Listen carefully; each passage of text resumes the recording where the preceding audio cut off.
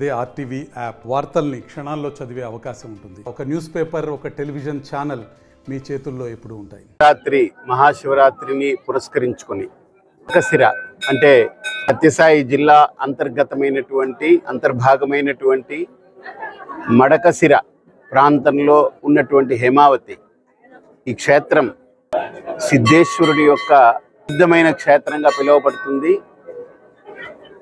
ఒక సగుణంతో స్వరూపమైనటువంటి దివ్యమంగళ మూర్తి ఇక్కడ పరమేశ్వరుడు ఆసీనుడై అందరికీ దర్శనమివ్వడం ఈ క్షేత్రం యొక్క విశిష్టత.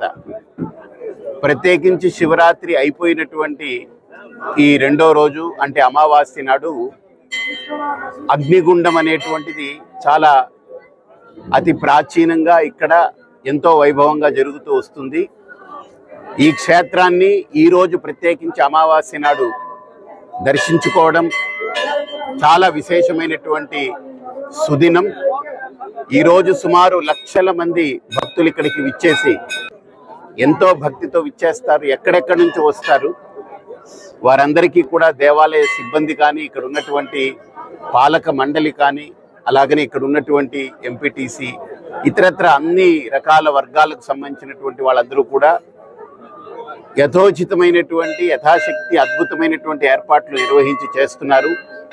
అయితే ఇలాంటి క్షేత్రం ఇంకా ఎంతో అద్భుతంగా ఇది అభివృద్ధి చెందితే ఇంకా లక్షల మందికి ఇది ఒక గొప్ప ఆలంబనం అవుతుంది.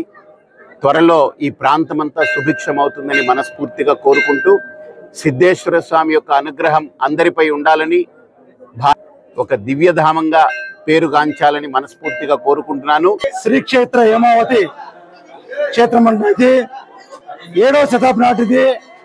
నొలంబులు చిత్రశేఖర, సోమశేఖర అనే రాజులు ఈ క్షేత్రాన్ని పరిపాలించినారు. భక్తాదులు పూర్వకాలం నుంచి ఒక భక్తితో అగ్నిగుండం రోజు ఉపవాసం వచ్చి అగ్నిగుండంలోకి కొబ్బరికాయ, ధూపము, వాళ్ళ పండినటువంటి ధాన్యాలన్నీ అగ్నిగుండంలోకి వేసి వాళ్ళ ముక్కుబడి తీర్చుకుంటారు. అలాగనే ప్రతి సంవత్సరం ఇది మహాశివరాత్రి రోజు నుంచి బ్రహ్మోత్సవాలు జరుగుతాయి. 3వ రోజు అగ్నిగుండము, 4వ రోజు రథోత్సవము, 5వ రోజు బ్రహ్మ రథోత్సవము. ఇలాగే ప్రతి సంవత్సరము స్వామి కార్యక్రమాలు జరిగిపోతూ ఉంటాయి. ప్రజలు భక్తాదులు ఎక్కువ భక్తితో వచ్చి స్వామికి ముక్తితో ధూపం వేసి పోతారు భక్తాదులు.